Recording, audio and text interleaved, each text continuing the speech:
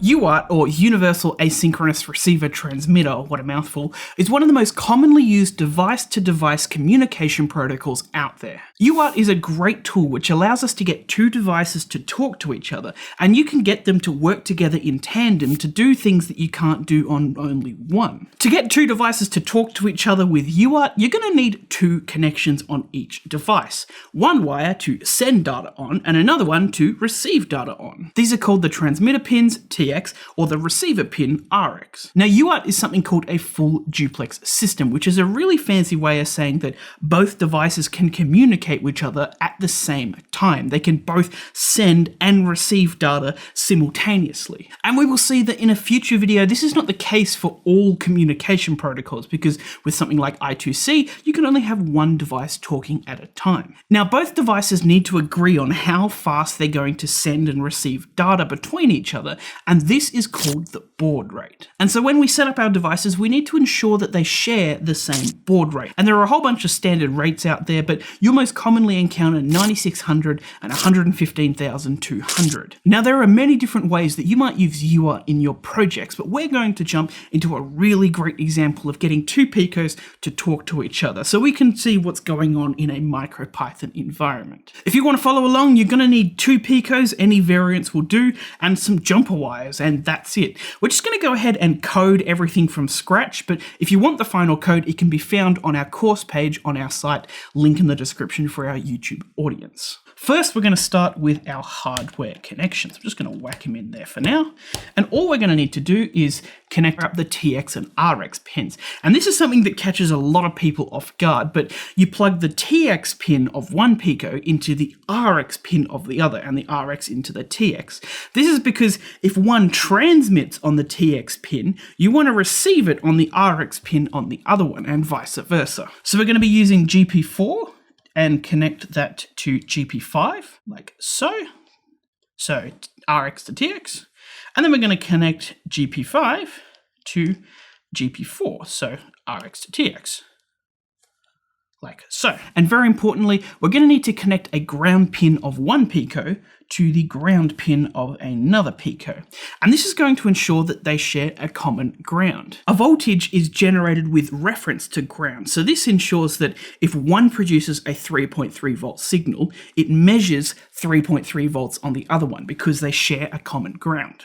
Now I've gone ahead and plugged both of my Picos into my computer and opened up two instances of Thonny. One here is connected to one of the Picos and the other one is connected to the other one. And this is going to allow us to program both of these at once. Now what we're going to do is we're going to control the LED of this Pico with a signal from the other one. So we will write some code for this one to send commands over UART, and then we're going to write some code on this one to receive those commands and control the LED with them. So starting with the one that will send the message, we're going to import our library. So we're going to import pin and also UART. And then we're also going to import time because we will be needing that. Next, we're going to initialize our UART with very similarly how we set up most of our pins.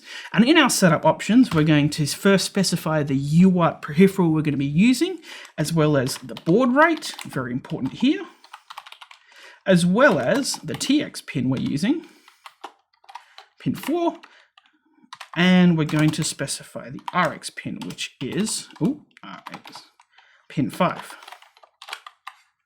Sweet. So next, we're just going to create our while true loop, and then all I'm going to do is I'm going to send a message with UART.write, and then I'm going to write on. And then I'm going to sleep it for 2 seconds.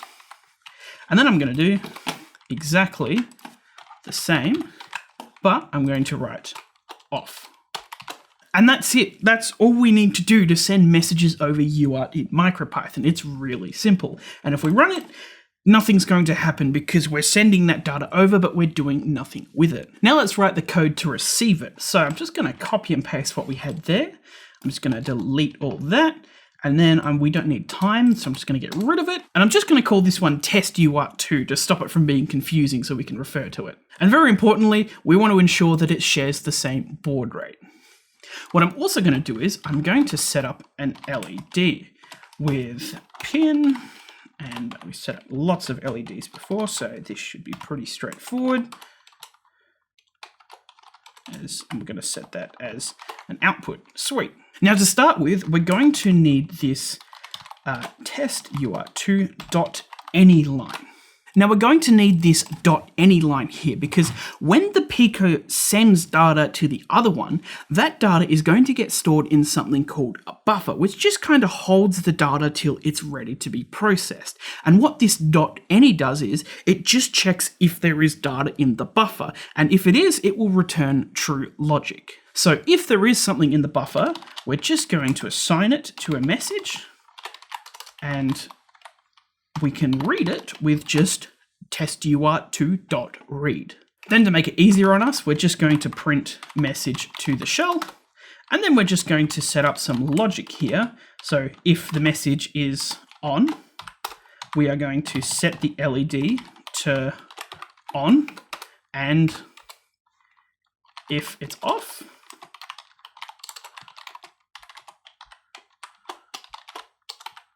we are just going to set the LED off. And I forgot to put my colons on the end of all my if statements. So we'll just whack that in there. Now, if we run the code that sends it on the sender board, and on the other one, if we run the code that receives it, we can see that we are now printing off our off and on strings, and that data is being transferred from the sender board to the receiver board. But something is wrong here. We are not getting a flashing LED on this board. We are printing our messages through the shell here, just in a weird format. This is a bit of a technical thing, but UART sends something called a byte string, which has this format with the B and the quotation marks and the actual string we're sending inside of them. This is just something that happens with UART, and it's very easy to fix. On the end of our read statement, we're just going to put .decode. And if we stop and run that, we can see that we are now just going to receive that raw message, not in that weird format. And if we look at our LED, it is flashing on and off. Wow, that's a pretty darn cool thing. We are literally sending words from one Pico to another.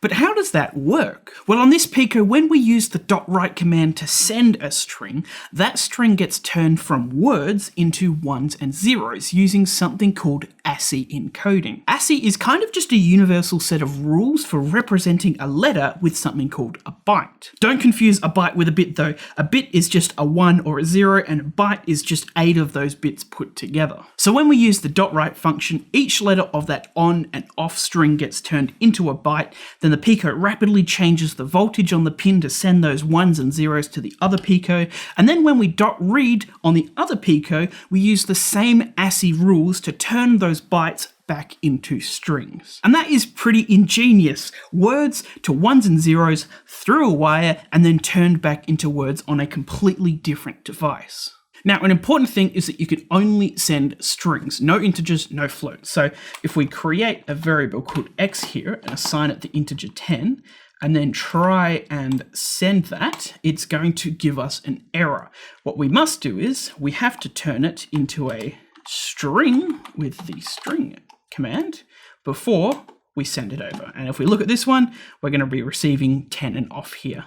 Now, the Pico only has 2 UART channels, or peripherals as they're called, UART 0 and UART 1, and you can only have one device connected to a UART peripheral at a time. But there are multiple pins that you can use to access these UART peripherals. Here we use pins 4 and 5, which are the TX and RX pins for UART 1, but there is another way to access it. You could instead use pins 8 and 9, which are also connected to UART 1.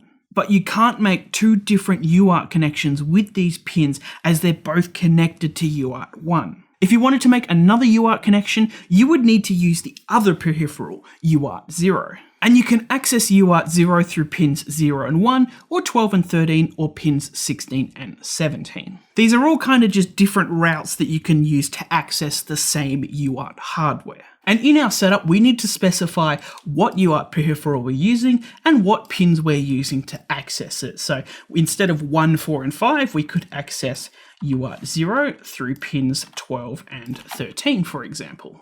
You can always check a pinout diagram to see what pins can be used to access what UART peripheral. Alright, sweet, we can make a UART connection, but what can we do with it? Well, we can now connect our Pico to something else and get them to work together. You could not only connect your Pico to another Pico, but other microcontrollers, like maybe you could connect your Pico to an Arduino.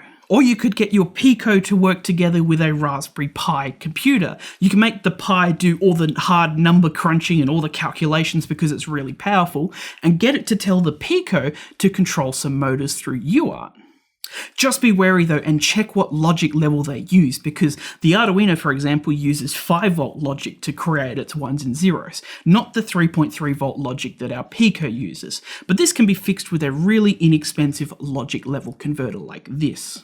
You can also connect your Pico to UART-enabled modules and sensors like this GPS here. I'm using the exact same code from the demo to receive live GPS coordinates over UART. All the processing is done on the GPS, and I just get the final result through UART. And all I've had to do is plug power into the device and connect the TX and RX pins to my Pico. Now, your experience using a UART module might not be exactly the same as this though. You might need to install and use a library, but it shouldn't be too dissimilar. So, 3 key takeaways. 1. UART is a communication protocol that allows two devices to talk to each other at the same time. 2. It only needs to use 2 pins, TX and RX, and you connect TX to RX and RX to TX. And 3, we can use the .write and the .read to send and receive strings over a UART connection. Just make sure you use .any to check if there is something to be received in the buffer first.